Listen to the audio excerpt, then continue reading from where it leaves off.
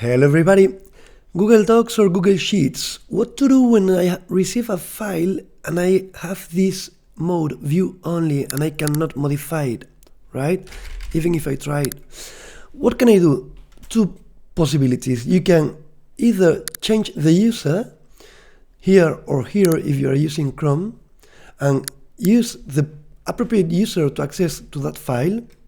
You will see I can copy the URL, and if I place it on this, there I would have the possibility of editing the documents. So the problem was related to the user.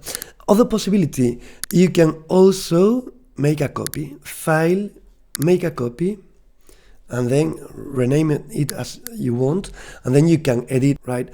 It won't be the same file. It's a different one. It's your own copy, but you can still work on it without problem. Okay, see you next time.